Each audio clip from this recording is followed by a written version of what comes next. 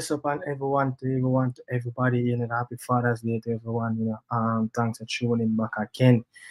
As, we are building up to that big game, tomorrow and stuff like that, and, press conference, drop and everything, and Steve McLaren, Francis, come from under your bed, to tell you about them things, you understand, but, we are going to talk about, just let me know if you want to link Francis, forward on and chat some football, but yeah, the press conference dropped not too long, and yeah, a whole heap of things. When I listen to it yet, about to jump in it as well. But to bless up to everybody again, happy Father's Day. Bless up yourself, Francis. Happy Father's Day, my brother.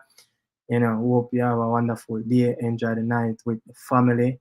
You understand? But when you really are going to much talk is and really want to hear, where the coach and Nana Lo have to say what really are going on in a press conference.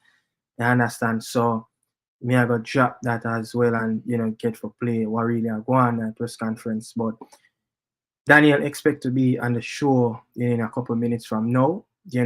Bless up yourself, Sylvester Whittingham. Happy Father's Day to you, my brother. Really appreciate it as well. You don't know the Shreps. Big game tomorrow. Big game tomorrow. You understand? Can't wait for that big game. But we saw what happened, with Trinidad and Tobago, a bitter rival, got demolished. Yeah, got demolished in San Jose in California. You understand? So we're going to hear where Steve McLaren I gonna say because I really want to hear, I'm intrigued. And also I have, Fernando Luis Fernando Tena, the Guatemalan coach. I've said his piece as well, so I'm going to, talk about his press conference as well, give his takes on what he have to say about the Reggae Boyz team. You understand? But people, this is get into me one. So this is what Steve McLaren have to say in the press conference room. To the one you represent, the media that are present virtually can request their space by touching the raise hand button. So at this point in time, we now open the floor for questions. Please raise your hand and we can commence. Buenas tardes. Mañana, coach, mañana enfrentan a una Guatemala bastante fuerte. ¿Cuál será la clave para crear esos jugadas y esos y ese punto que deben hacer para ganar?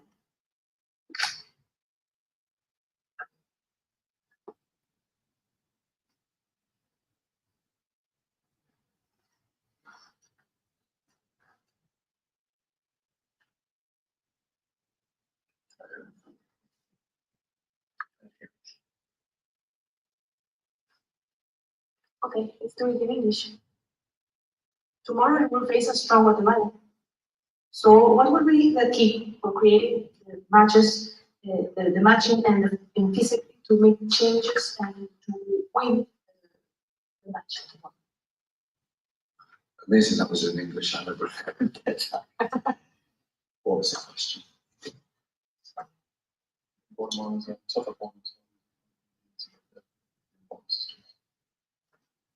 It's going to be a difficult game. We knew that watching them previous to playing them last week. And tough opponent. We played very well in the home game. Maybe caught Guatemala at a good time because they'd already qualified. Made some changes, but we took advantage. We beat the team we had to beat. Tomorrow will be a completely different game. That's what we expect. So it's 0-0. We have to do it all again. And yeah, as I said, tough game. Amen.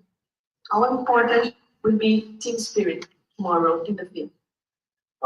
It will be huge, but knowing our team, we're big on that. We're like a family. We're together. The camaraderie in our group is next to none. And as Jamaicans, we have a fighting spirit and a happy spirit. So just have to be positive and stick together and weather the storm. Yes, go ahead. Graham, Jeff Live. Damien, obviously you guys had a 3-0 victory last week in Jamaica against the same team, Guatemala. what are you doing as the vice captain to make sure the boys are staying focused and not taking this game for granted? So, after a convincing victory, you want to still have that same edge. Just stick to the plan, follow the boss's instruction. He's been doing a really good job with the coaching staff to keep us grounded and to keep us focused and to keep us sharp. I think the most important thing for us is creating a winning mentality, whether or not it's the World Cup qualifiers or the Gold Cup. Just have to go into training sessions and be competitors and push each other. So when it's game day, not saying it's easier, but it becomes easier because we've been doing the right things in training. So yeah, it's going to be a different ballgame tomorrow. We expect them to come harder and have different personnel on the field, but we just have to put our best foot forward, follow the coach's instruction, and stick together as a team, and we should be able to get 3 points. And Coach, you have now a team that you mentioned last week, be super competitive.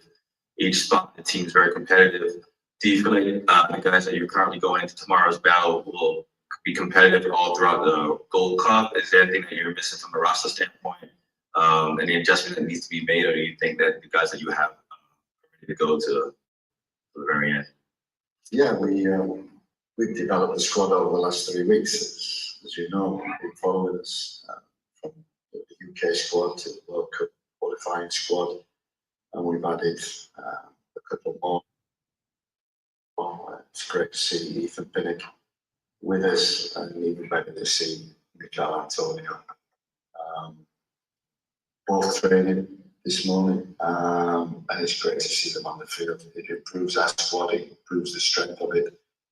And as you rightly say, you mentioned it, we mustn't be complacent tomorrow. It will be hard work to win again. But we have got competition for places, and that's the thing to have as a head coach. Just make sure that it's competition is fierce in training, and try and make training as hard as the games, which is difficult, but hopefully we've done that, and we're totally focused on doing the job again, and that's the thing with it. We're going to do it all again. Coach McLaren, you make it used to be part of one of the favorites to win the World Cup or to face its semifinals and finals. How the team gonna face this new opportunity in this World Cup? One game at a time, one day at a time. We've arrived. We've recovered from last week.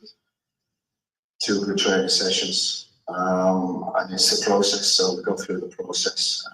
We only focus on Guatemala, not even thinking about Guadalupe and Panama. So yeah, we have to start the tournament well, and make sure that we get 3 points, and then move on to the next. Then follow the theme of the third coach. How the team's gonna face Guatemala tomorrow? What expectation for the team? How the team feels if the team's complete for a face tomorrow game? For as a team, any team, you want to go into a game wanting to win. So first and foremost, we have to have a winning mentality. Again, we respect Guatemala, whether they play, whether their first team rotate. For us, it's just sticking to our playing style, sticking to the instructions of the staff, and going out there to get 3 points. It's a tournament. It's we have to get points on the board, and we'd like to be top at the end. So yeah, we just have to go out there and have a winning mentality and come home with the 3 points. We'll take a couple of questions virtually now. Drake Hills, good afternoon. Go ahead. Drake Hills from ESPN. A question for the manager, but also for Damien as well. I'll start with Steve. Since taking over last year, you mentioned earlier that there has been some players from the UK that have joined the squad, but I think it's significant that some of them are obviously a little bit younger. Thinking of Tyrese at 21 years old. What's the significance of players coming into the squad much younger, particularly from the UK, and how does that competitiveness of the squad might you go to the Gold Cup and obviously work on qualifying later this year? Yeah, we're not just focusing on now, but also looking to the future. And these players who come into the squad are their own credit. So we followed these players for many months. We recruit throughout Europe, as well as on the island of Jamaica, also the US. So we're looking for better players and good players all over the world. So we're bringing these players in, not for experience, they played a part. Tyrese Campbell, Burrell, people like Mother Silk, Unity Squad, we had come in to their own merit, and they've been great additions, similar to when we put Warner Brown in from the local league. He's impacted, Burrell impacted in the Unity Cup, and it's they have to training as well. The enthusiasm, the way that they approach training, they make it difficult for the already established senior players, and that's what we want. We don't want people coasting in training or games, and young players who are very keen, very enthusiastic. It's a great addition, huge competition for the senior players. David, I saw that you were smiling and discussing obviously being a senior experienced player. Not only with the Reggae Boyz, but obviously at the club level, football. How would you be able to describe your role in terms of those players coming into the team, obviously trying to help them gel with what kind of football is all about? I think first and foremost, I just have to make them feel at home. I've been here almost a decade, maybe a little bit more, so yeah, I'm familiar with that. But it's very tough, this environment, no matter who you play, from the lowest team to the highest ranked team in CONCACAF. So get them acclimatized, let them feel at home, let them feel the warmth, welcoming, and being around us as experienced players. And then through training and games, they can see my drive, they can see the fire in my bed, they can see the aggression. I'm fearless, and I think that adds, with their quality, add another 2 or 3, pace to their steps and to their hunger. I think I affect the team positively when it comes to that, and just like a no nonsense, winner, fighter, warrior mentality. I think I drive the team a lot in that perspective. So yeah, the young guys, they've been working hard. Kind of a little competition. We have a rivalry in training, old v young, we say, and we push each other from start to finish in practice. And again, that just brings out the winner in us and the winning mentality and the just wanting to do our nation proud and to be great every single day we step on the pitch. Thank you, Drake. Jason Hall. Thank you, Simon. Good evening, Coach. Good evening, Damien. One question for each of you. Coach, I'll start with you. Are there any players that have been named in this Gold Cup squad that are currently not available for selection?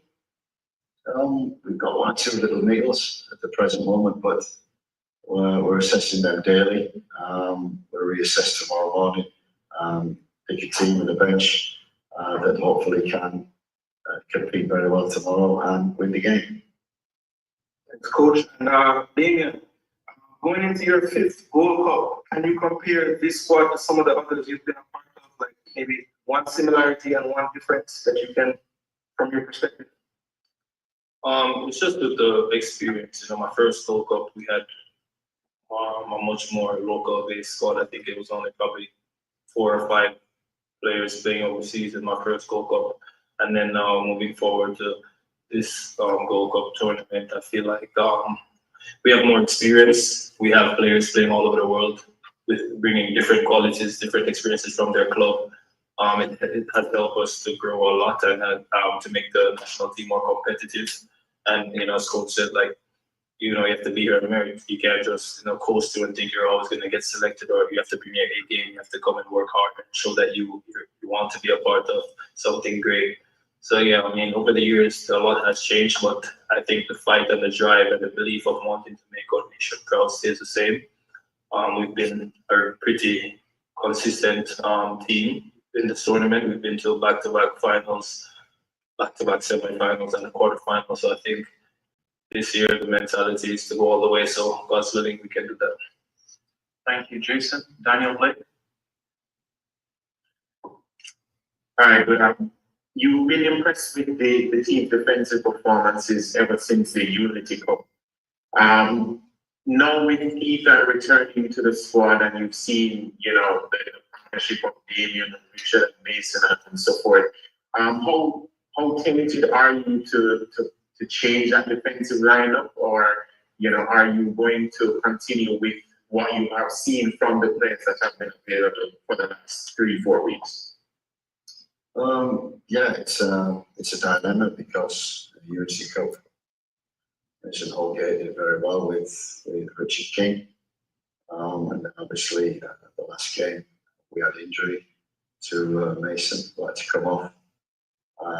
Damien stepped in with Richard King, coming back from injury from the game in the BPI. So we've tried different partnerships, and defending is key.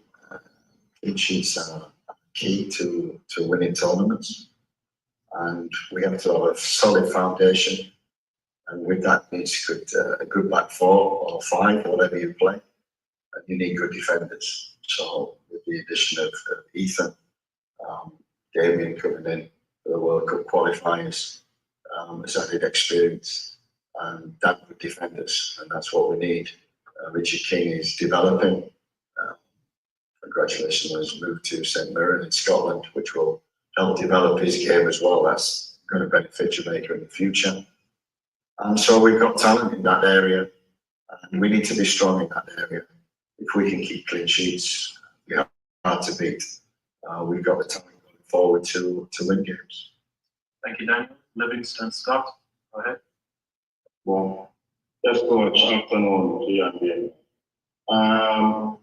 And you're playing a good team back-to-back coach, and as you mentioned, it will be a different type of. How do you prepare for a tricky situation like this? Is it more mental side, or will you demand more of the players running wise? How do you prepare for a challenge like this, a tricky opponent like this? We prepare like we always prepare. Make sure that we respect the opponent, which we did before the game in Guatemala, and we respect them even more now because we know the potential that they've got. We know the people that they've got to come in as well. So it's a case of respecting, making sure that the players respect not just each other, not just the rules, but also the opponent. If we get that, we get the process right. We try and prepare for every game in a similar fashion to win it.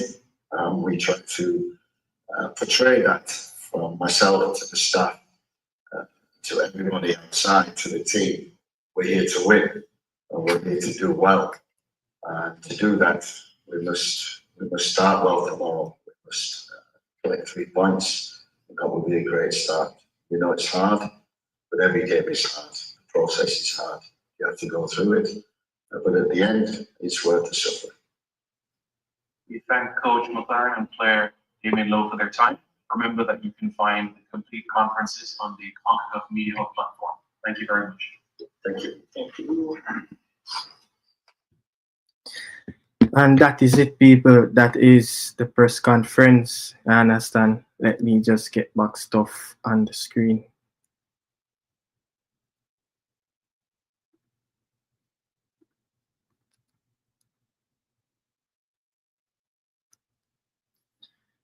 Yes. Press, are you there?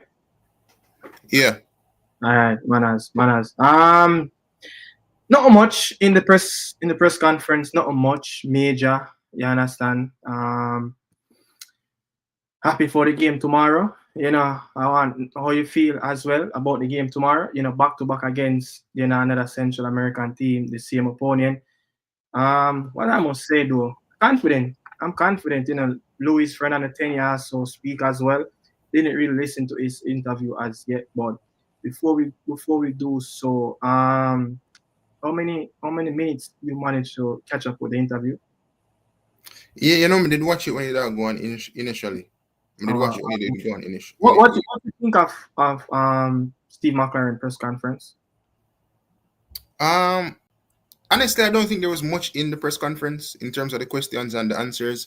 I think him kind of, see it as it is. They're already prepared to face Guatemala. I think he also talked about something. Not only him, but Damien know about expecting a different opponent tomorrow, seeing that they would have rested players over the weekend. I think Lowe was the one who touched on that. So there wasn't anything much. I know that Jason asked a question about if there's any players with any niggles. He said, maybe one or two, and they're assessing them at the moment. So for me, I think the team that would have played over the weekend, that's the team that plays tomorrow. So I don't think there was anything much for like McLaren to say to some degree, Yeah, and I'm more likely will be Oldgate and Isaac Hayden, because as I heard, I think Isaac Hayden, didn't really have any training session today. Yeah, I was hearing some whispers about Hayden not in the training camp or something like that. Yeah, I figure more or less maybe he's probably maybe 80 to 90%, but don't want to really risk him in the hot California heat. Yeah, not the California, but the West Coast heat as in general. The East Coast. Yeah. No, West Coast or East Coast? West Coast. Yeah. At West Coast heat as well. But I want to say something. There is a lot of whispering around Central America presser about the coach was a little bit lackluster in his approach of the game in the national stadium. I know he benched a few players. I think Oscar Santis didn't feature in the game against us in the stadium. A few key players came off the bench, but the word was once that penalty, Leon Mill got that penalty and Wanadon scored from the rebound, it's like the game was just over for him. And he wasn't really expect anything in the game, as he wanted to give a lot of players minutes, the younger players, minutes, some vital minutes in Jamaica as well. They know it's going to be a tough opposition, and they want to give them that exposure, that experience under their belt.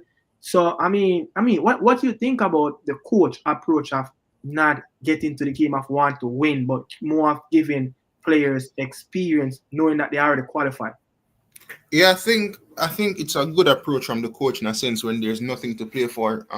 It's not unique to the Guatemalan coach. We have seen this across Europe in terms of like you already qualify to the next round, and like the manager will like send out other players who come from the bench or who is not like normally like fringe players in a sense, right? Just to kind of just rotate the squad and give them some rest. Where Jamaica for that game, we didn't have anything to play for. It was more like we needed to play for like an improved performance after that poor BVI performance in a sense.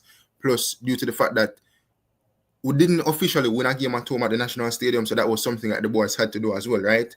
Going into the Gold Cup tournament. So for Guatemala, when I watched them against the Dominican Republic, I was really impressed, especially with the two wide players. The front four is absolutely the most dangerous part of that Guatemalan team, right? Those players would have been rested. So I don't think anybody should criticize him for his approach to the game. Again, there was nothing to play for, and they had the option to rest their players in a sense. And truth be told, maybe this is a stretch, but I think that if Jamaica rotated as much compared to the Guatemalans, I think there would have been a bigger drop off for this Jamaica team compared to Guatemala. What do you think about that? Probably in a sense.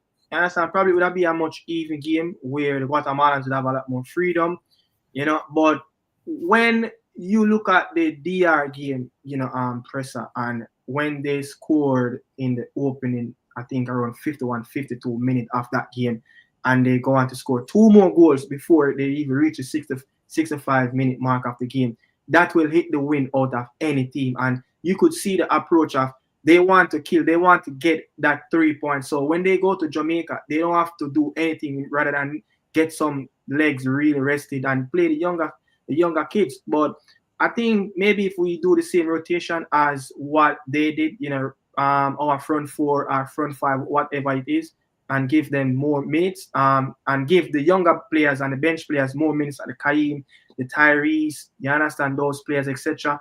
I think it probably would be a little bit more even game. I would have seen probably a more end-to-end excited game. But the Reggae Boys, A team, the original starting 11, I just think it's too powerful. It was too powerful for that Guatemalan team, in the national stadium. And we did everything what we need to do to get that 3 points. But I was probably a little bit surprised of Luis Fernando tenure of not want to manage to get first in the group, knowing that if he managed to finish first, he would have got that zone. And look, Guatemalan fans will be, celebrating at this moment with Curacao, Trinidad, and But Bermuda. wasn't the zone based on seeding? ranking. That's what they said. So whether or not them did winner, so probably, the ranking is still what they go off of. Right. And that's the main reason as to why them never start them team. I totally forgot about the ranking rather than the seeding. I totally forgot about that. But Daniel, you're on mute. You're on mute. Yeah, my ear. Oh yeah, my ear. Yeah. So tomorrow game tomorrow. What you think?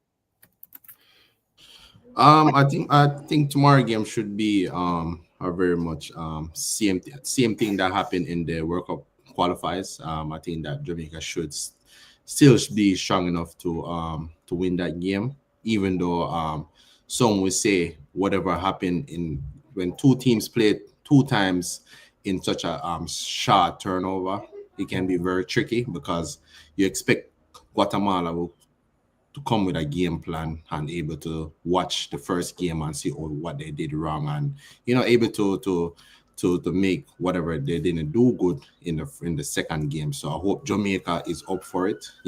I think if we play our game, I think we should able to win that game very comfortable. But straightforward results. I think we need to Mexico win, USA win today. Mexico kind of look shaky, but they're still able to win. And USA was under a lot of pressure after a lot back-to-back losses, and they came and they make a statement today. So I think if we want to have any chance of winning this tournament, I think we need to make a statement win tomorrow as well to show people, say, yo, we are here to compete. So I think I'm looking forward for a very a good statement win tomorrow. Nothing to be struggle about. I want to see a statement win. That's what I'm most likely looking for. Daniel touched on a very interesting topic where he's talking about statement win. I don't know. I think our fan base on a whole and Jamaican on a whole and how we think. We always glorify humble people that very relaxed. And I just think that we are not more aggressive in this approach of knowing that look, our national team is at a level in the last couple of games, and this is why the footballing culture will come back in play again. We don't know if we have that 100%, but with these players, with the Panamanian team that went to back-to-back final in their own way, Nations League and Gold Cup, you don't think that there should be a level, some type of level of expectation for the boys to at least repeat what they did in the last time out, like in 2017? If Jamaica can repeat going to the final, that with the players that we have, and look what's in the region, our players are some of the top elite players playing in very good leagues. You don't think that amount of level of expectation should be on the boys to at least go to the final this time around, with knowing that everything is level around the camp?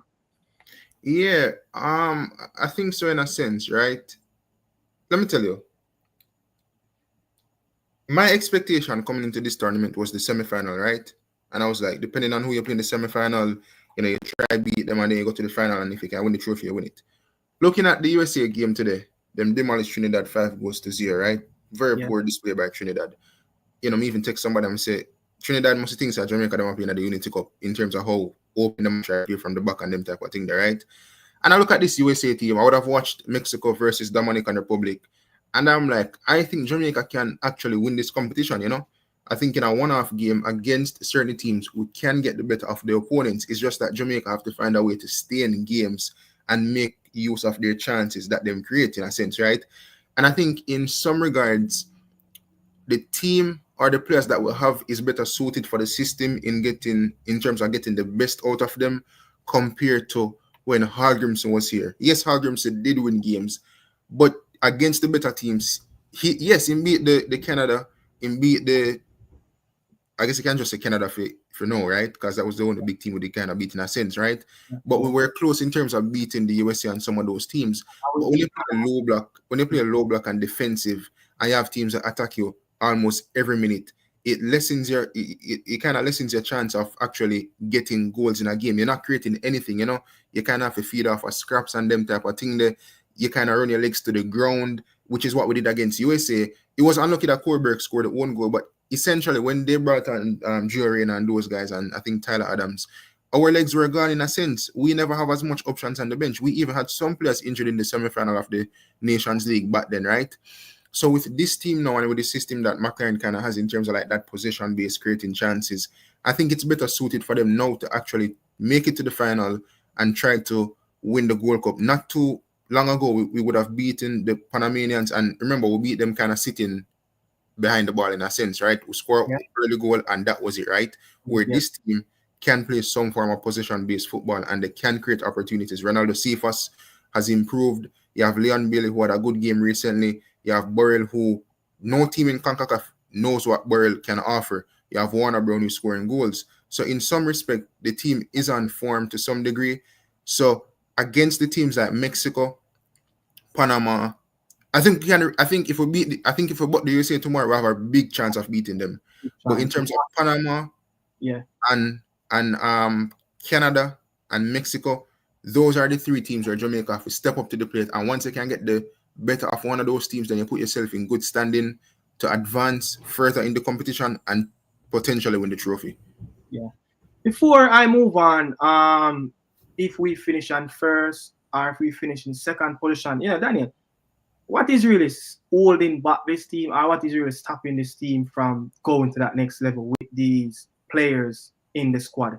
Because Ethan Pinnock, over the last couple of seasons, have been ranked as part of the top 10 center of them in the Premier League. That's a very high level in CONCACAF region. We have Andre Blake, who has been just one of the best goalkeeper in the last 10 years, probably the last 7 years in MLS are in this region as well, ranking up against like Keylor Navas, and those keepers as well. And if you look at Bailey, look at his numbers, what he did, when they were playing in the I think it was a conference league, Jonathan Russell, someone that scored double digit goals, in League One. That's a very high league in this regard of CONCACAF quality. What is really stopping this team? I think it's just a mentality block. I think it's a mental block with the players and the lots of after issues things, play into the players, and it is always every tournament there's always a distraction with the players. But I think the players, individual players, we have the players to able to go forward. If we be real, it's crazy that Jamaica have yet to win a Gold Cup. After all the players that we produce over the years and able to select. But I think I'm looking at both teams. I'm looking at the USA and Mexico. I'm not too worried about Canada. But I'm looking at. I feel like the players them like a block whenever they play the US and the Mexico. It's like a mentality thing. You get what I'm saying? We just don't know how to get over that hump. So I'm not worried about Canada because we see that we can come back and beat Canada in their backyard. But I feel like with US and the Mexico, we have not able to do that for a while now. So I'm looking at the US team. The US, that's not the strongest US team. There's no Pulisic, there's no McKenzie. We could say they're A team guys. This is not their A team. And I was watching Mexico game yesterday, and Mexico was very poor. You get what I'm saying? That's the poorest Mexican team I've seen. You get what I'm saying? So I think if there's any chance that we have to able to win a tournament, this is no. You get what I'm saying? I think we have a lot of players available, and it's just that we have to go there and able to put a run of games together. I think that these 3 games in the group stage is gonna tell what we're gonna able to do in the knockout stage, because I feel like if we're struggling to get out the zone or the group. And once we get into the knockout stage, I can't tell you that we're going to be able to beat the better teams. So I feel like the group stage is going to really define, because if we come second, we have no chance. If we come second in this group, we have no chance to go in the knockout stage, because I feel like the quality of the teams The more we go forward, the better teams we're going to play. So we have to win this group convincingly, move on to the group, see how the other games goes with US. But I think with this US team can beat them. I don't think they're that good. I just think that they're gonna be at home. They're gonna always feel comfortable. Mexico, you never know what's gonna get with Mexico team because they have been poor over the last, but they came back, won the Nations League. But you never know what's gonna get because if Dominican, if Dominican can do that to them yesterday, able to score 2 goals, why we can score 2 goals and beat Mexico and different? And I think we have a better defense than Dominic. I think we got a way better defense. You get what I'm saying? I think the players mentally they have to just lock in, and just able to get it over there. Yeah. As Richard Chapman, Edwards was on the channel, earlier, and he was saying the same exact thing. It's like a mentality problem. Even when we played 2021 when we played the US and lost in the quarterfinals, we lost to probably like a C or a B team in that Gold Cup. You understand? And even when we drew against them, at Soldier Field in the first group stage game when Leon Daly missed that penalty, we should have get the better of them. So there's moments where it's like we just cannot get the better of that team. When Mexico beat us last Gold Cup 3-0, they went on and they won the tournament, but it wasn't even the best Mexican team. That wasn't even the best. You understand? So it's more of a mental. But again, I want to touch on something that Presa said about Ramon Borrell of being a little bit unknown. I think our 2 strikers, main number 9s, that probably one of them going to start the game tomorrow. Is a Warner Brown or Borrell. Those 2 players are really unknown, to CONCACAF. You have to really dig and research properly to find, videos on Warner Brown. Yes, you can go back to watch, the Guatemalan game, the BVI game, and you could watch Borrell in the Unity Cup, So, I mean, pretty much a lot of the those 2 players, defenders, kind of never really played against them before. The Guatemalan would have played, the likes of Antonio and the Bale and the Demarco would have played them, in Cincinnati in the quarterfinals of last World Cup. So I'm looking forward so the players can really take this World Cup step by step. I would say it's like a preseason tournament again, because the World Cup qualifier is the mainstay. That is what we really want to get over and qualify for. But we need to have this strong mentality and we need that winning culture, amongst the players, that it doesn't matter what happened. We're going to go in this tournament game by game and try to win every single game. But Presa, coming first in this group, it's going to be vital, because if you look on paper, Canada expect to top their zone and we will play the runner-up in that zone. They have Curacao, they have Honduras, and they have El Salvador over there. And when you look at history, Presa, since 1993 until 2023, we haven't lost a game outside of playing the US and Mexico in the knockout round. That says that we have only lost to US and Mexico in the knockout round. Every time when we get knocked out in the World Cup, is always the US or the Mexican national team. So finish first and try to get, is it Canada, Curacao, Honduras, El Salvador. It will be a little bit more favorable, game maybe, because the Canadian team still strong, have a very good coach. But what you think of us, taking this group stage into a storm, finish on top, not run out, where we can go to the other side of the bracket and probably potentially play a Canadian team in the quarterfinal and also a US team in the semifinal? Yeah, I think he kind of go into something on the one touch on what Daniel did say in terms of, I think he was talking about like good performances in a sense where like the group stage will tell us if Jamaica can beat the better teams. And, I've been saying for a while, like, if you look at the second round in terms of the teams that we played, right, we won those games, but most of the times it wasn't in a convincing fashion. And we're talking about lesser opponents, right, that Jamaica should be dismantling. I'm not saying 5-0 or 6-0, but the performances should have been better. So for me, if it is the case where Jamaica should be taking this group by storm in terms of they should be making a statement, not in terms of the win alone, but the performance. Because if you go up against a Guatemala that would be fielding a stronger team and you play some exceptional football and you put them to the sword and you're just amazing all across the pitch, and then you play like a Panama, like say Jamaica beat Panama 2-0, but in a convincing way, and then you play the last game where you maybe rotate and you win that game as well. A lot of the teams in Gold Cup will be looking at Jamaica like, wow, this Jamaica team is something else. So I think you have to make that statement from very early in the group. So in my opinion, like Jamaica has to go there, not only win games, but also have good performances in the games that they win as well. And I think what that does is when you go up against the likes of, like, say, a potential Canada or El Salvador or Honduras, to them, they have to look at this Jamaica team as if, like, this Jamaica team is very dangerous. Like, we have to really and truly set up for this Jamaica team in terms of trying to stop them, because they're coming full force in a sense. So that's how I see it. One thing I did mention, the Mexico, when they did beat us in the last World Cup, the most frustrating thing about that game, them score very early on in the game, and it's like Jamaica had no response. It's like when them score in the first 10 or 15 minutes, that was it for Jamaica. Yeah. Yeah. You finish? Yeah. So I don't know, man. We just need to get over, that hump of knowing that, look, it doesn't matter which team come, we need to, get the end result and get that positive result. But Daniel, going to the School Cup, you 100% pleased with the direction of where Steve McLaren is going with this team.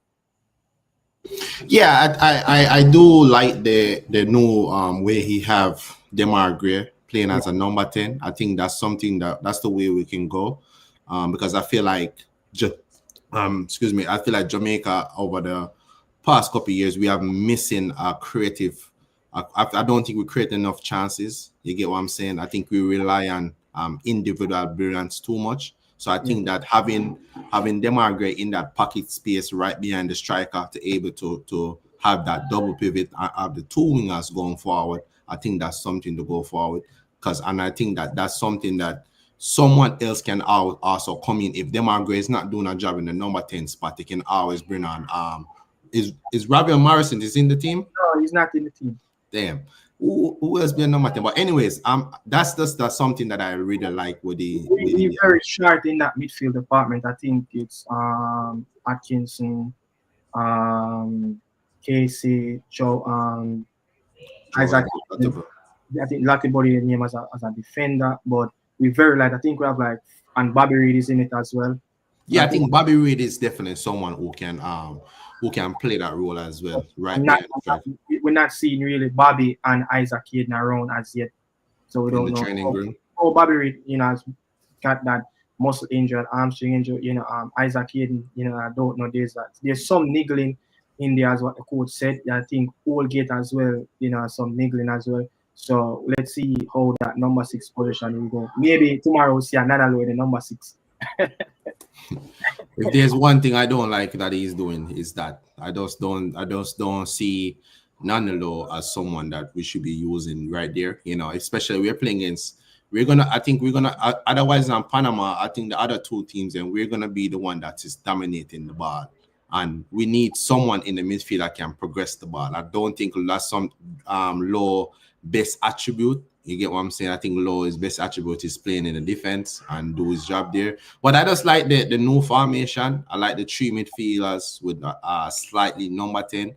And I just think that's the way we go. That's the way we should go, because I would be very disappointed if he start this tournament and he go with a whole different setup. You get what I'm saying? Remember, we was talking about this a couple weeks ago. What he did in the Unity Cup, we want to see him do it in the 2 qualifiers games. So I hope this is something consistently that he's doing. Use this same formation and play Gray, because I think Gray want to be on the ball. I think he have an eye for a pass, eye for a shot, run in the middle, and leave Liam Bailey and Cephas out on the wing.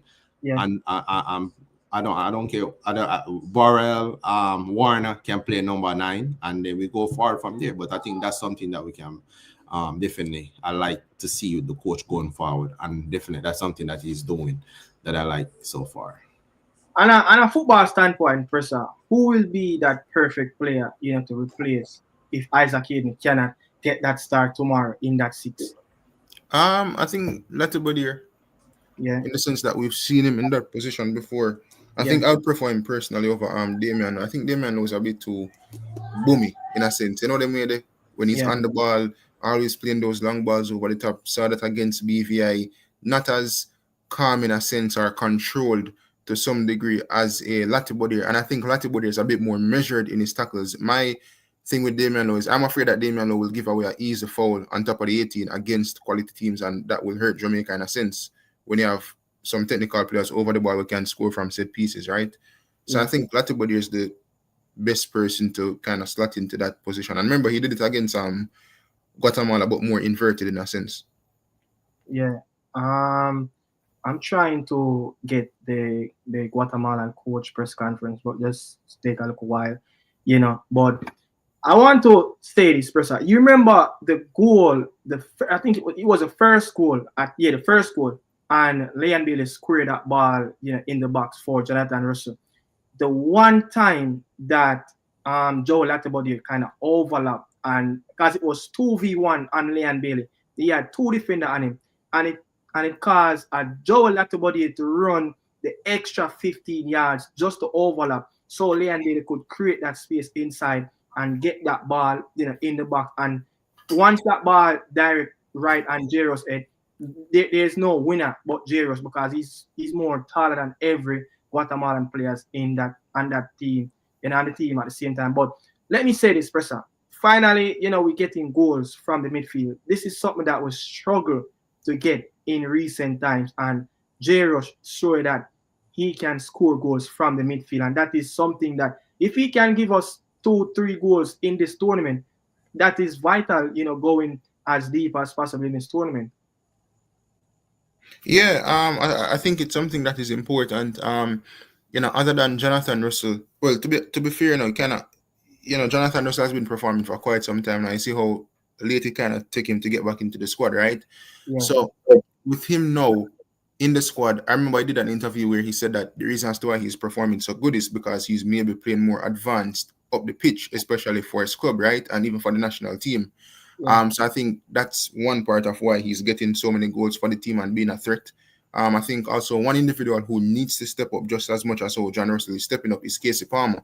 I know that Palmer did have a good game against Trinidad, but I think the verdict is still out for Casey Palmer in a sense that against smaller teams he does perform, but against the bigger oppositions, he's nowhere to be seen. You see him, but in terms of that quality that you're looking for, he isn't there. So with goals coming from the midfield and the attackers, the front three scoring, I think it's a big positive for this Jamaica team moving forward. Yeah. I typically, to be honest, I love that Jonathan Russell, and the same thing goes to you, Daniel. Like, please, with a player finally making and taking that risk, getting into the box to get an end of something. Yeah, I think that's definitely some a weapon that we can use. He's very good on heading the ball and arriving late in the box. You get what I'm saying? I think that's something that I think our wingers need to start look up a lot more, like just like what Bailey did, cut in and squared and put the ball in the box. I think that we try to play through teams too much. I think that we need to start look up and put the ball in the back and put the ball in the box, because we have a lot of height. You get what I'm saying? And Warner, he's a player he's very, very slippery in the box as well. He's very good on his head. So I think that having midfielders running from deep is definitely a good weapon that we can always use, and set piece as well. You get what I'm saying? So it's always good to have midfield players scoring goals, especially whenever your main players, your top man, them fire. You get what I'm saying? So And big up to Warner Brown as well, because Cephas did give him some good crosses, but just a little bit over the head, and he couldn't really get Yeah. I think Warner Bourne. I think Warner. You think he does that type of player. That's the more game he play, the more confident he's gonna get better. You get what I'm saying? It seems like that player for me. Like the more he played minutes, the more he will get. Yeah, and he never stopped giving up. Yeah. Yeah. Let me know if you guys hearing the press conference for Luis Fernando Tena. 1 second. Jonathan and Steven Santizo Guys from hearing it? Ciudad Deportiva. It's a Yeah. pleasure Yeah. to greet you. Well, first, Professor, a calendar, a few important months for the national team, now the Gold Cup. Specifically, what is the Guatemalan national team aiming for again? How do you view this tournament, both as an achievement for the Gold Cup and also for the upcoming World Cup qualifiers? And for Jonathan, well, Jonathan, you've been here since the U20s. You've been a great player in the National League. What does it mean to you to continue here in the process and continue representing Guatemala at the highest level? Thank you. How are you? Good afternoon. No, the truth is that it's very important. I think I've come little by little. Thank God. The teachers have given me confidence. I always try to do things the best way possible and earn a spot, and that's important, right? I think it's a childhood dream that one has to come and represent Guatemala in these tournaments and leave it at the top.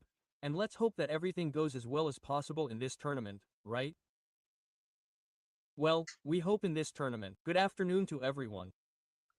First, to play good soccer against such strong rivals as Jamaica, Panama, and Guadeloupe. To play good soccer, to take advantage of the tournament to improve individually and collectively, so that our players can show how good they are. We must also inevitably think about the games in September, October, and November, and to bring joy to the thousands of Guatemalans who are always in the United States and who have always supported us here. A lot. We can't forget the great support they gave us 2 years ago, and we hope to reciprocate that support, that strength they always give us. Next question.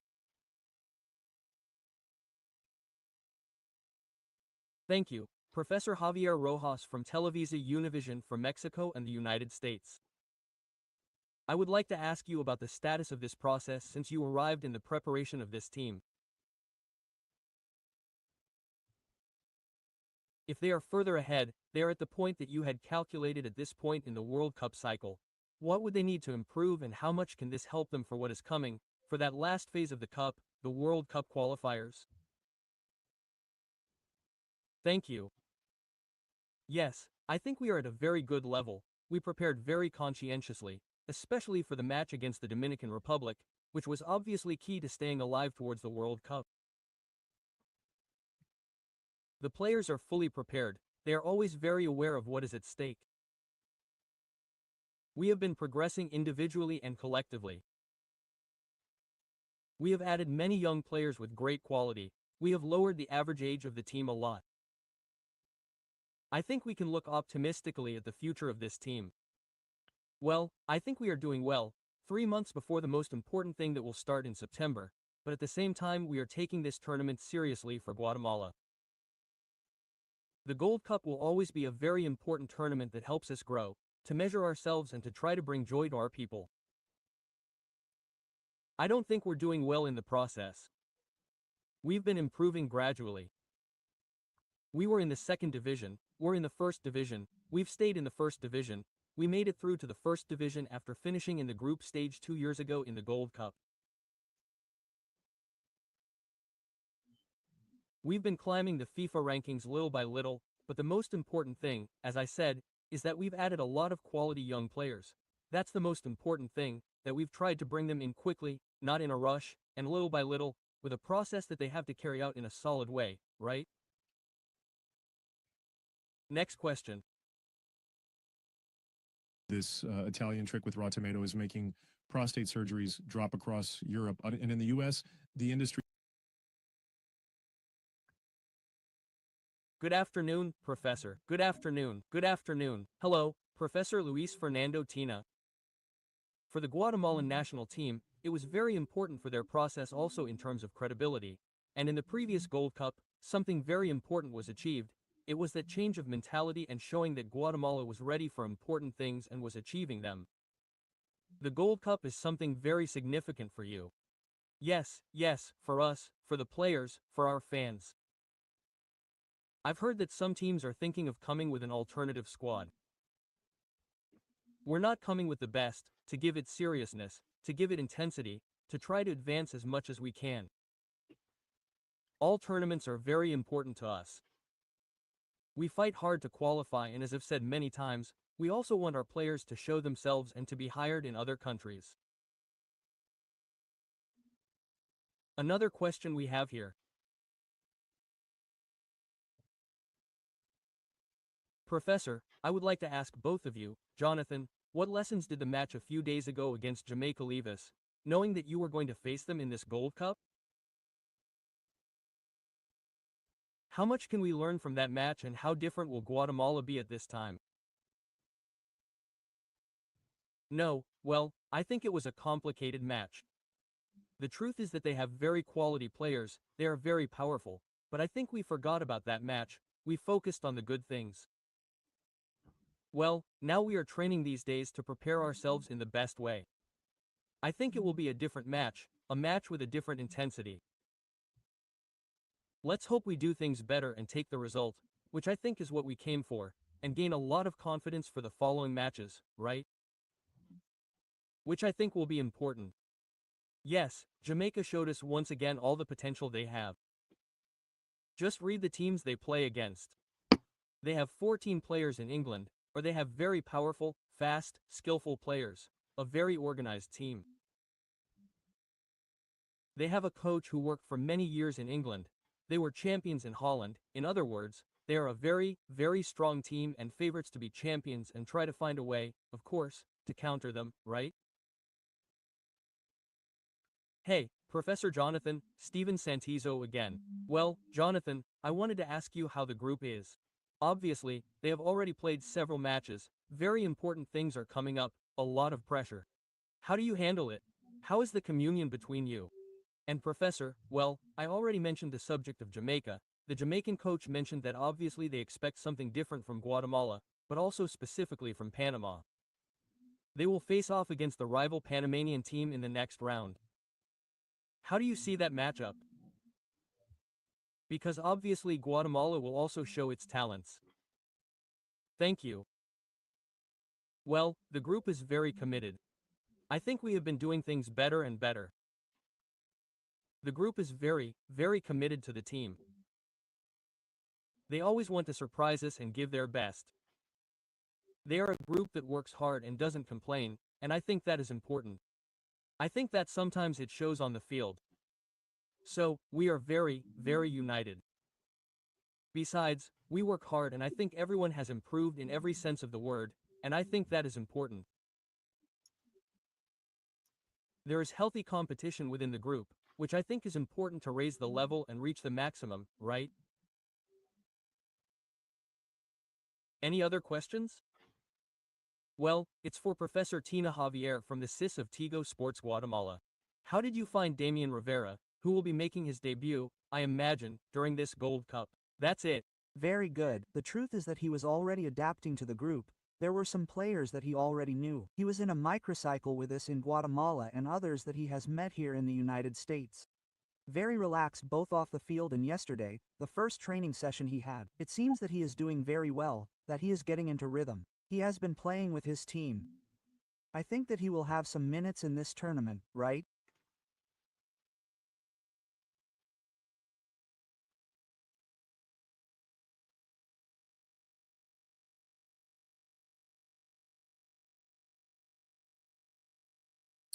You hearing me?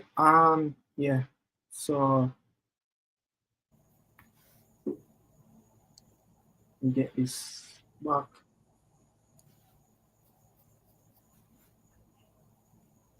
Yeah. Hearing me, guys, right? Daniel, you hearing the press, Yeah. right? Yeah. There's a few stuff that talking point. This was a team, back probably around 10 years ago. Persa got suspended, for a couple of years. We saw them, kind of rebuilding back from them time until now. The last Gold Cup, they top their zone. They're one of the unbeaten team in the group stage. They managed to get to the quarterfinals and playoffs, and it's a building block, but they have made a big jump. What I've heard about this Guatemalan team, they always said like they're not expected to be at this stage at this point. Probably expecting to be a little bit further behind. But with this coach, tenure, very experienced coach. Coach, I think he was a coach at the Mexican youth level and stuff like that. But the age group factor, they had like probably 3 players over the age of 30. And he talk about the support. They were one of the best supporting nation, different from Mexico, the Mexican fans. You could see, in the last World Cup, like everywhere the Guatemalan team played, there's a massive crowd behind them. And what I've heard as well, there's a team that played much better on US side because the fans they are not that hostile in terms of too much pressure on them, but giving them much love and the support, win, lose or draw. So they kind of feed off that as well, and the press in the US kind of speak highly and more positive about them, win, lose or draw again. So they have backing, and the support will be massive for them tomorrow. And hopefully, what is going on political issue doesn't really affect their fans turnout and watch their beloved Guatemalan team. But you think that a team that one of the best supported team will have a massive fan base tomorrow and to help give them that push tomorrow as a 12-man? Oh, me and Daniel. Yeah, presser.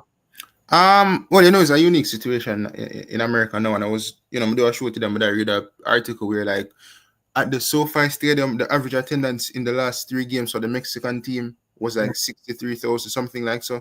Or that was the capacity, I believe. And then last night it was like 50-something thousand, right? So I feel like the whole protesting thing and that type of thing kind of affected attendance.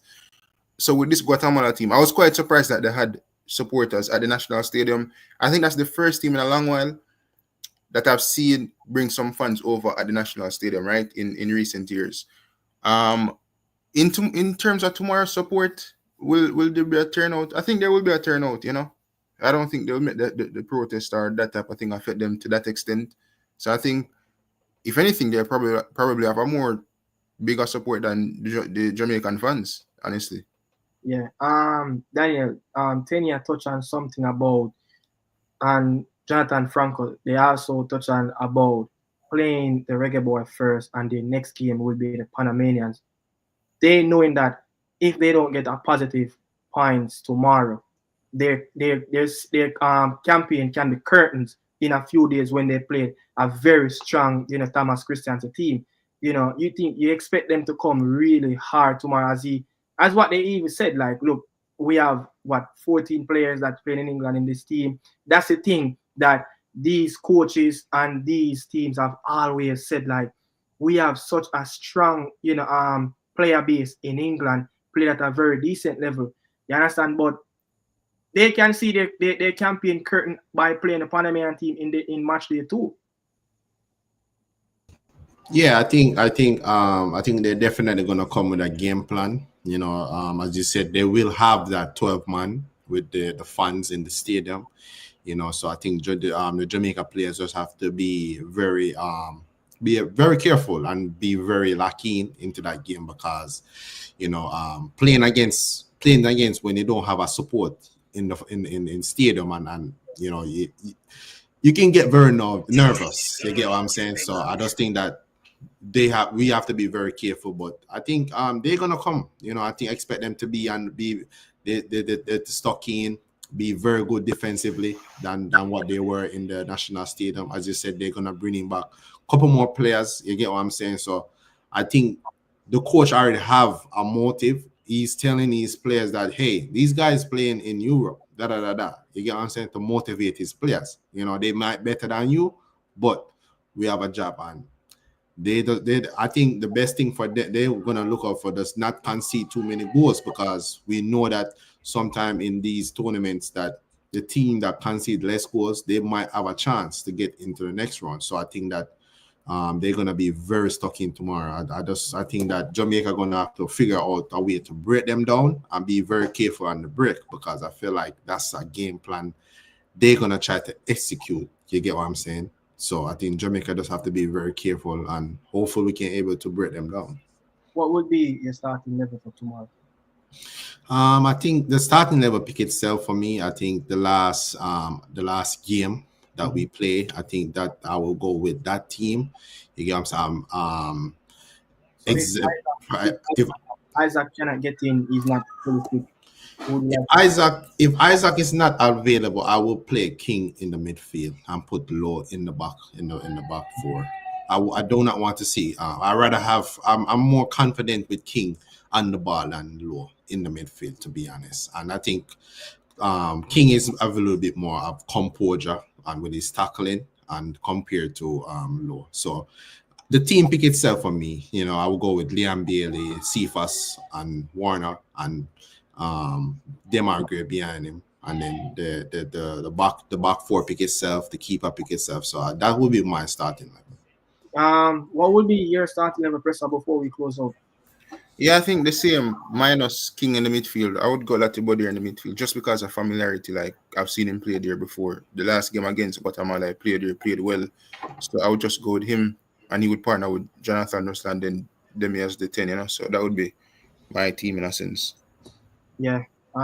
Really appreciate you guys coming in and give your takes on the Reggae Boys and the game tomorrow. As you are. What's the score prediction? And they get the score prediction. Well, Daniel, they said 2-0 down. I think. No, I didn't. No, I never said 2-0. Oh, my score prediction will be I think we will score 2 goals. I think it will be 2-1. I think Guatemala will be better tomorrow, and I think we will concede at least one. So I'm going with a 2-1 with Jamaica. I go 3-1 this time around. I think we will be the same score line. If one Brown start, he will get his goal. But I think we will give up something somewhere in that game as well.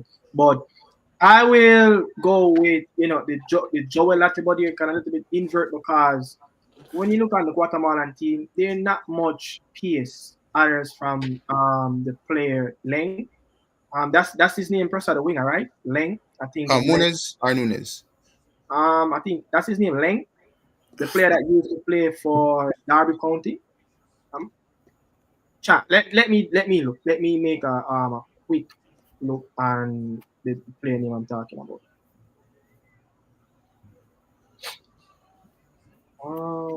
So yeah, Mendes Leng, the player that playing for Derby County. He's the only really PS the threat that can get beyond this Reggae Boy team. I expect to see what's his name, Santi, to get back in the team as well. The player that scored an hat-trick on Dominica Republic. Yeah. I expect him to get, but the reason why I see Joe Latibody play as a right inverted, there's not much threat in terms of pace. Maybe if it was a Panamanian, maybe that go with somebody more with pace on that right hand side to help to cover and back to that back line. But I see Latibody keep his position as a right invert.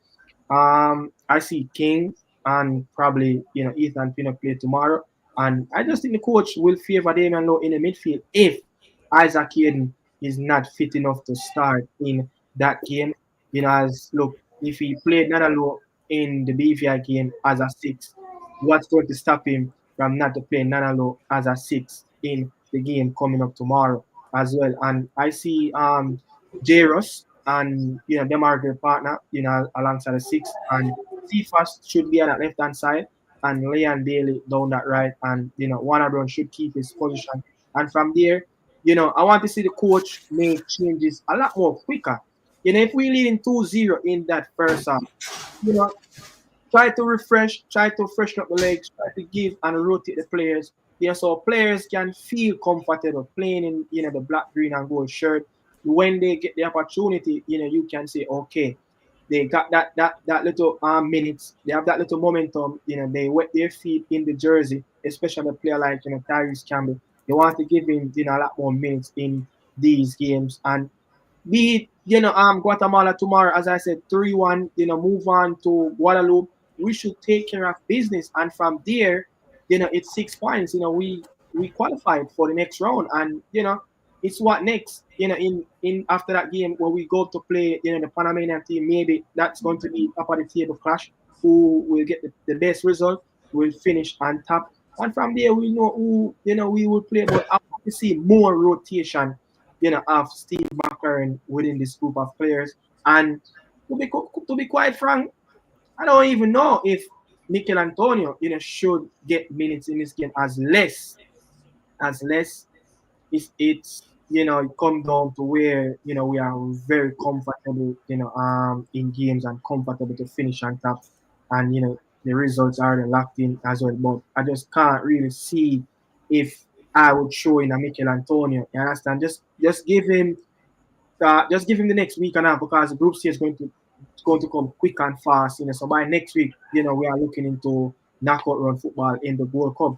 I don't know what you guys feel about, the squad should rotate a little bit more in terms of bench players get minutes. And my aim is I need 4 goals from midfield. Yeah, I need 4 goals from midfield. I need at least a goal from one of the defenders, and I need like 2 goals off the bench. And the front three should give us like 4 goals as well. You understand? I expect this team. I think this Jamaica team can score 10 goals in this World Cup campaign. I think we scored what? We scored 1 in the US game, and like we scored 5 out of 5 in the St. Kitts and Trinidad game. So that's close to like 10 goals. We scored the last campaign in semi-final. So if we can manage to get 10 plus goals, we should be in the final coming, 2-3 weeks from now. But what do you think about Daniel, about Steve McLaren give this squad a little bit more, more minutes of rotation of players coming off the bench? I think it depends on how the games are going. You get what I'm saying? I don't think we can take any of these games for granted. I don't think we can just say, oh, let's play this, get a man and run, kill a man. So it all depends on if we're up 3-0, 2-0, very comfortable. I think we can do that. So it all depends on the game, but we can't take any of these matches for granted. You get what I'm saying? We have to play our best players, we have to play our strong team, and we have to try to kill off the game very quick so we can able to do those changes. But to me, it all depends on how the matches are going.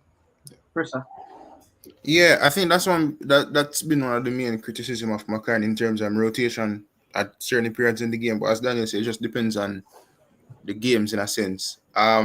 If by the Guadeloupe game you're like 3-0 up, 4-0 up, depending on what period of the game, then they can like rotate the squad. Same thing for the Guatemala game. If Jamaica score more than 3 goals before like 70 minutes, then they can start running out like a Tyrese Campbell and some of those guys and just like rotate the squad. Leon Bailey as well. Well, I think the coach has to do a good job in terms of like managing his minutes because we know how Bailey is with injuries. So you kind of feel like rotate him. You have a Dixon who can deputize well in a sense for like 20 minutes, 15 minutes in the latter stages of the game. So I think in terms of what we have on the bench, I think those guys can come in and kind of like hold up the team in terms of quality. I don't think there'll be like a major drop off if him rotate the squad in a sensible fashion to some extent. Yeah, and I will go as an extent and say, look, our 2 wing backs, our wingers and the center forward, the number 9. So you will say Bailey, Burrell, and the 2 wing backs. That's 4 changes already. I will give these players the license to go explosive from minute 1 to minute 6 in the first hour of the game.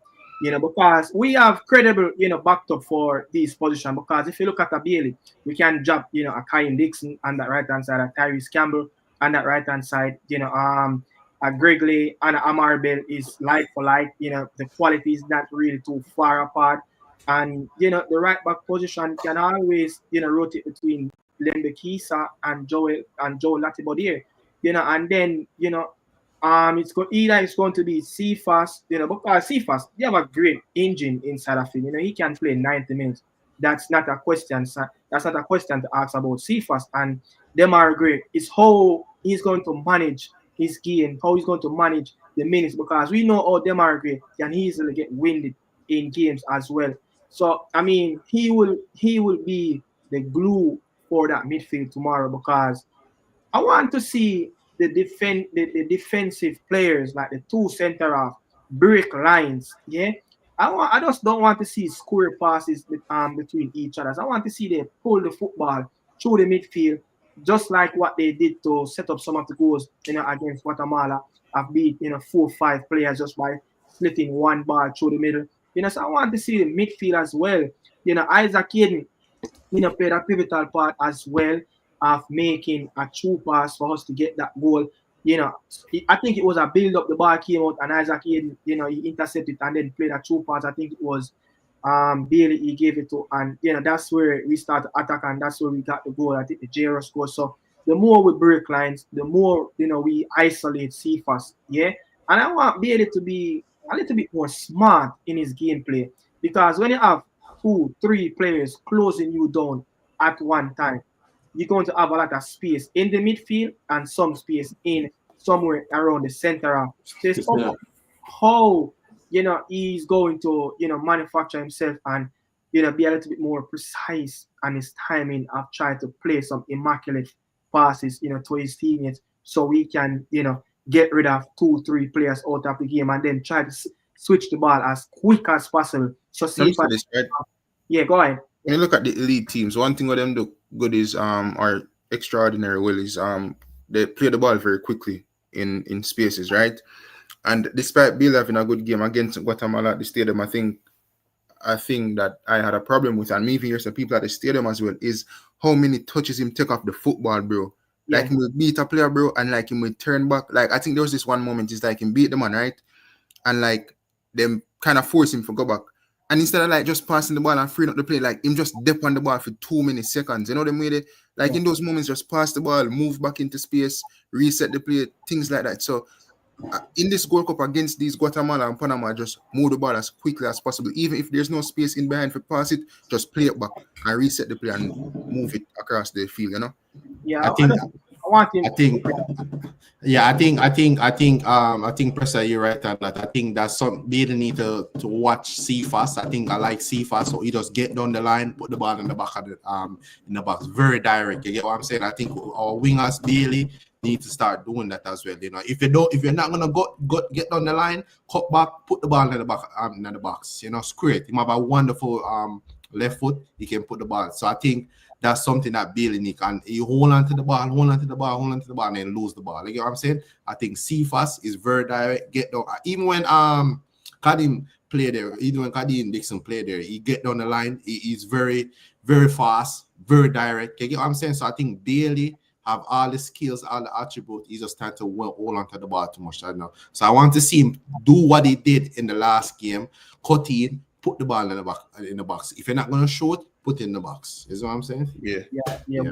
We need more balls in the box. So we not having runners that can challenge for the football. We have two center forward, two young center forward that they are always going to be in between the two stick of the goal. So whenever anything is there, they will fight for the scrap. You understand? And Mikel Antonio is in the squad. He should pass on that.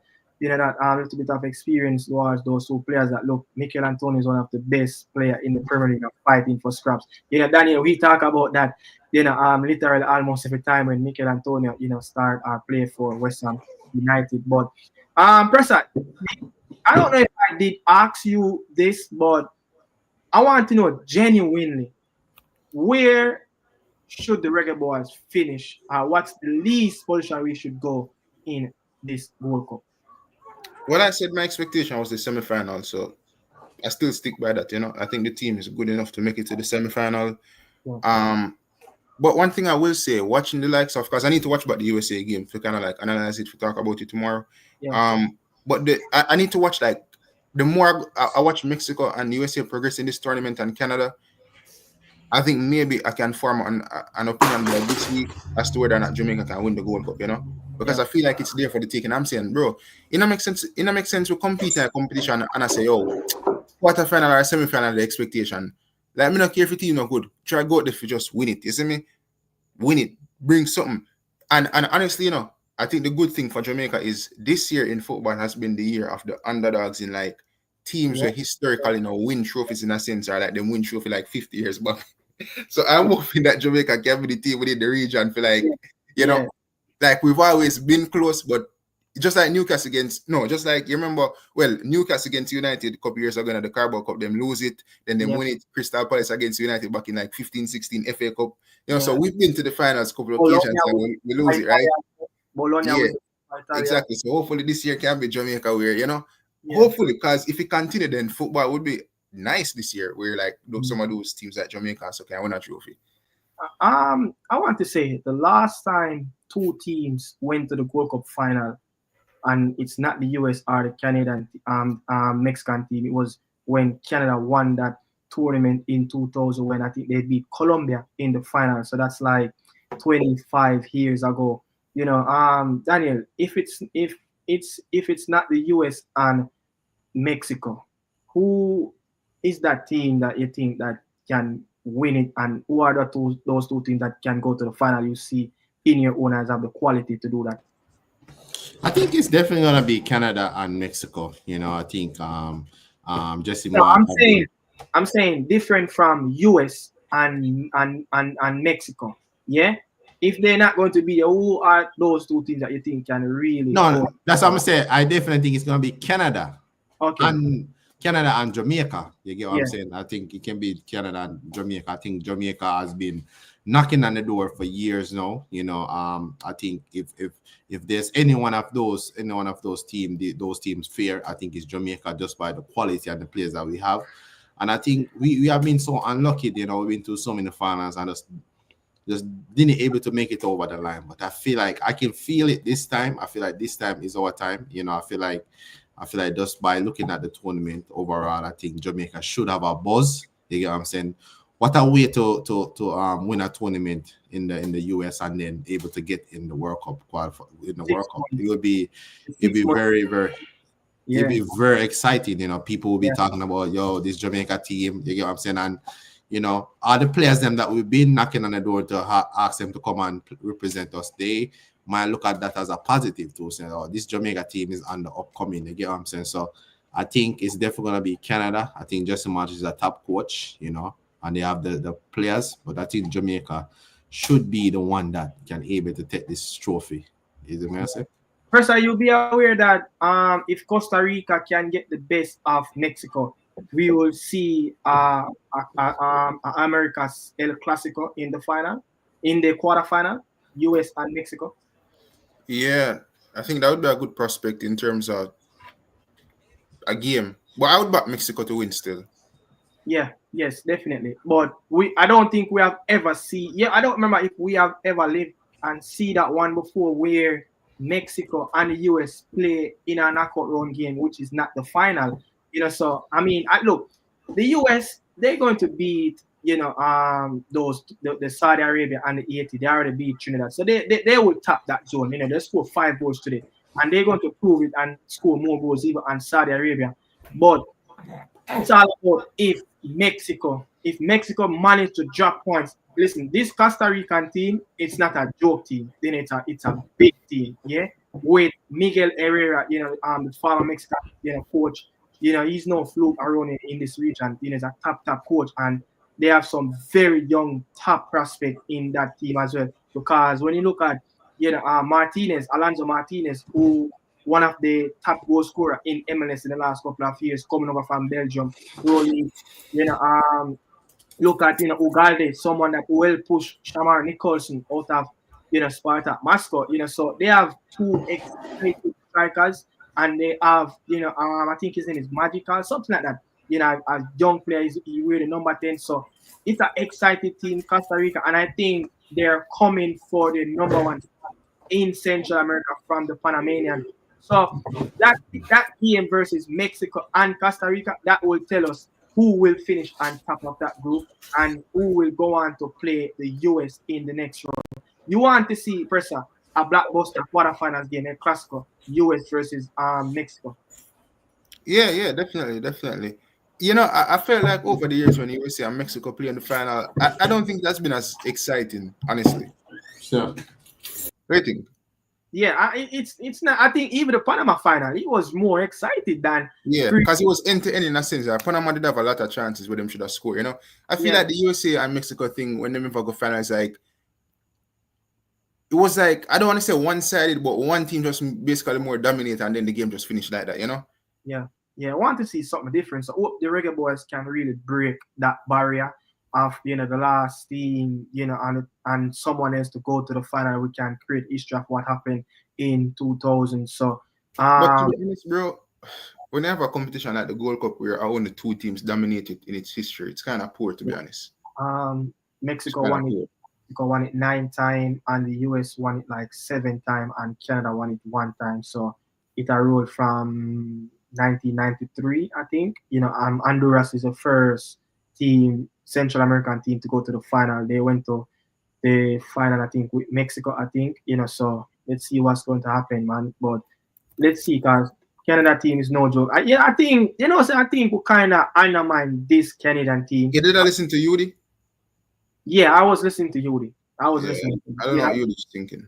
Yeah, I think we kind of undermining this Canadian team. I think, to be honest, this team is flying under the radar, and I think silently they are the favorite because what they have done in last major tournament of the last summer in the Copa America, nobody did expect that for them to go through, a zone in Argentina, Peru, and Chile with a manager just start to coach a team a month ago from when that tournament started. So I think that team is really flying under the radar. So hopefully, the Canadian team, they can go to the final, and hopefully it will be, the Reggae Boys, and try to change, something around, and how, they look at football in this region, and that's why I just feel like Christian Pulisic, one of that player that he's looking at the players that missing, that going to missing for the Gold Cup, Anthony Robinson, the Musa, the McKennie, the Giorena, all those players that, that missing. He would like, I don't want to be in this team. It's going to be a lot of pressure. You understand? And this team will be a rookie team. What if I don't do really well in this tournament? The media and the journalists and everybody will be going after Pulisic of not managing to carry that team on his back. I just feel like he don't rate the Gold Cup. You understand? He don't rate the Gold Cup. I know for a fact that if it was the Copa America of this summer, he will never take a personal break. You understand? So I'm happy they have been their issues, and the Reggae Boys seems like everything is good internally. Hope it can stay that way. As they know, the Reggae Boys players and the administration is like a time bomb, a volcano. Anything can hear up at any given time. You understand? Yeah, but, man, you look at it the wrong way and everything got to lose. You understand? But yo, mine jinx it, Mine jinx the national team, and tomorrow man wake up, I'll be a madness, Mine jinx it, I'm about to say 8 is still down 1-0. I don't know what is going on with the Haitians, man. Al Sharari didn't score that goal. Is that the fella that scored in Argentina? I think that's the fella that scored Argentina in the FIFA World Cup that just ended in Qatar. But yeah, anything guys you want to say? Anything before we close out your last press, anything that you want to say before the game starts tomorrow? No, really. I just wish the boys the best in a sense. Well, not in a sense. Wish the boys them my best in totality, in terms of like going out there and performing and just hope. Are you feeling more happy in yourself knowing that the national team is having a little bit of progress going forward again? Yeah, definitely. I think in the last, 2-3 years, there's been major progress on the pitch and even off the pitch as well, right? And now with a group like this in the Gold Cup and with like the group like the World Cup qualification, there's no better time in football for Jamaica than now. You know what I'm saying? Compared to like a couple years ago, like football for Jamaica is in good standing. So everything is kind of in our hands to kind of make that leap and show the world like what we can do, because we also have potential players coming in. But if we want to showcase the world what we have to offer, we have to reach deep in these competitions, like Gold Cup and then qualify for the World Cup and these type of things. I'm quite happy with the progress.